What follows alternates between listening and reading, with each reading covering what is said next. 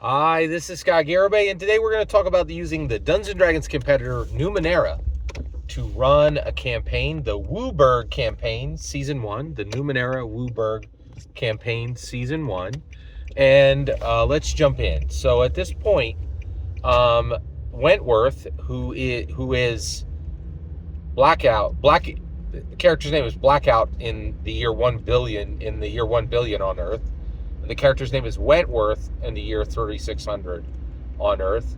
And we're with Wentworth. And Wentworth is in the Pine Bluffs of Fairview, which is the city that is defined in the Bearcats system agnostic product from Runehammer Games. I cannot recommend that enough for any alien invasion game. It really is spectacular. And so at this point, Wentworth has gathered. He brought in a small group, right? He had about 5 named non-player characters, and then he had 5 townies and about another 5 students. And they go to Pine Bluff, and Pine Bluff is secure. So basically, they're hidden in the forest. Wentworth works. Alice immediately allies herself to Wentworth and begins assisting him, and it helps him to set up a scouting system, right, where they're sending out one person from the group who ranges out like by about a mile, right, and then comes back and reports and says, I haven't seen anything. This way, if aliens come, they can quickly disperse, right? But the reality is, they found that the Pine Bluffs are really not targeted by the aliens, right? So while they're there, 10 more townies and 10 more students come. And just to give you the numbers, there's about 800 people total in, it's 500 townies, 200 students at Fairview High School. And then there's 17 teachers at the area, and then there's 17 Bearcats, right?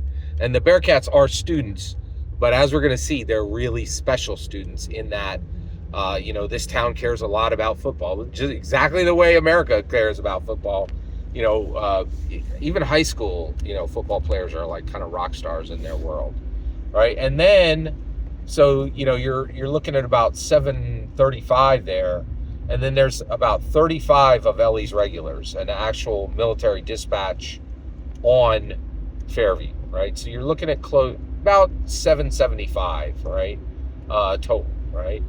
And at this point,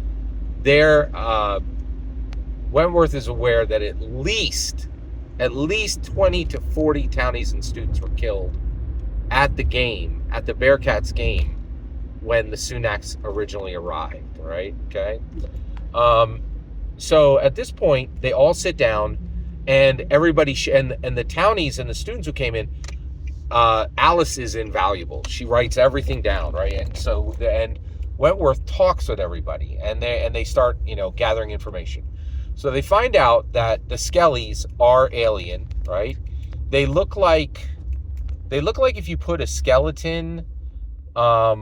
They look like the skeleton of an octopus if that skeleton had a weird long neck and a skull about the size of a human, okay? So that's the Sunaks. Now, the Skellies never just walk around. They're always in power armor. And that power armor comes in Jugger. It comes in Alpha, okay? And then they talk about these things called spiders. And these spiders are kind of skittering. They look like if you laid two refrigerators on the ground together, and then and then kind of tied them together, and they had little legs that they skittered on. The spiders are not organic. They do not and actually the Juggers and the Alphas are power armor students that contain one Skelly, right? And the Skelly is literally the Sunaks, right? The Sunaks. That's their species, right? But Bearcats refers to them as Skellies, saying, hey, this is the alien inside the power armor, right?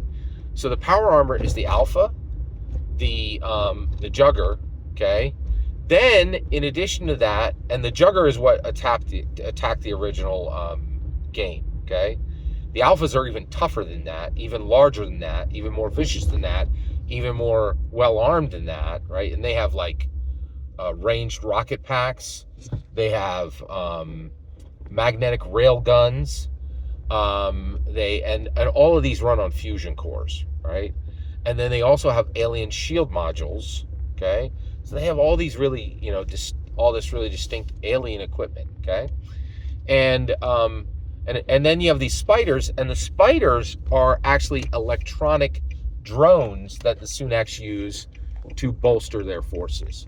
And then in addition to that, there are relays. So the relays are these towers that send targeting data and all other kinds of intelligence to the juggers, to the alphas, to the spiders, and then can coordinate the spiders to assist the juggers and alphas whenever they need, right? So and also the relays are sending information back to a drop ship that's in low, I would say Leo, which is low Earth orbit, but it's actually low IO orbit. It's very interesting, right?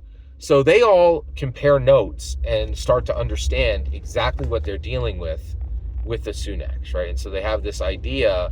So actually, at this point, they understand exactly what they're dealing with, and they're all kind of and they begin to kind of plan. Well, okay, we realize that we're trapped. What do we do about all this, right? But they also realize they found this safe space, right? So now their numbers are up to around 30, 35, and another group comes in, which is a small group. It's Jaren and about 5 of his followers. So Jaren is a priest at the local chapel, right? And he says, "Hey, thank goodness we found you. We need a larger group to help us go and rescue people who are in the chapel in town, and we're not large enough to kind of penetrate, so we need some help. So thank goodness we found you. Let's go. We're going to go rescue anywhere from as little as 25 all the way up to 75 townies who are all at the chapel." At this point, Wentworth speaks up and says, whoa, slow your roll, okay? I understand that you want to save those people, but our first mission needs to be to send a message to Earth. These Sunaks have just hit Fairview. They have reached the Io moon around Jupiter, but they're going to head on to Earth. And everything that they learn here, they're going to be able to communicate. We cannot allow Earth to be blindsided. So we have to get to the relay. Or actually, I'm sorry. We have to get to our communication tower. The relay is the name that we use for the communication pods that the Sunaks have on the ground, the Skellies. Okay? All right. So he says we have to get to the relay we have to get to the transmission tower, and then we're going to send a transmission to Earth, okay, and warn them. All right. So at this point, there are 2 varied missions that need to be accomplished. Wentworth wants to transmit a warning signal to Earth to let them know that the Sunaks are coming. Jaren is like, hey, we don't need to worry about Earth, hundreds of thousands or thousands and thousands of miles away, the distance of Earth to Jupiter. I don't know if that's millions of miles or hundreds of thousands. Interesting. But I'm sure you'll know in the comments.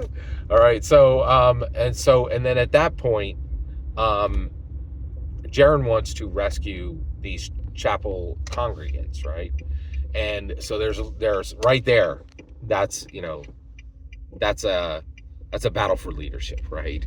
And that's where we'll pick it up next time in the tales of Wentworth / Blackout in the Numenera 3rd Age and 9th Age.